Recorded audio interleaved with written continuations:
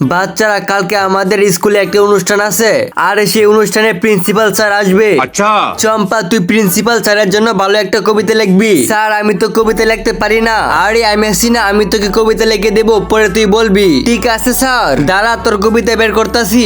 এই তো হয়ে গেছে স্যার, কবিতাটা আমাকে দেন, আমি চম্পাকে দিয়ে আসি। ঠিক আছে তাহলে আমি যাই, দাঁড়া এবার কবিতার 12টা বাজিয়ে দেবো। এই তো হয়ে গেছে চম্পা, এই না কবিতা স্যার দিয়ে পাঠাইছে। ঠিক আছে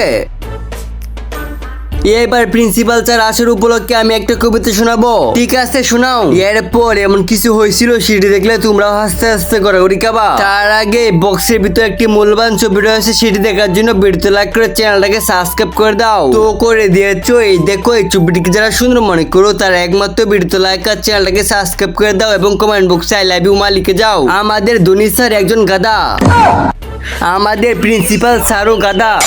আমাকে স্কুলে আইন অপমান করছস, তোর আজকে খবর আছে।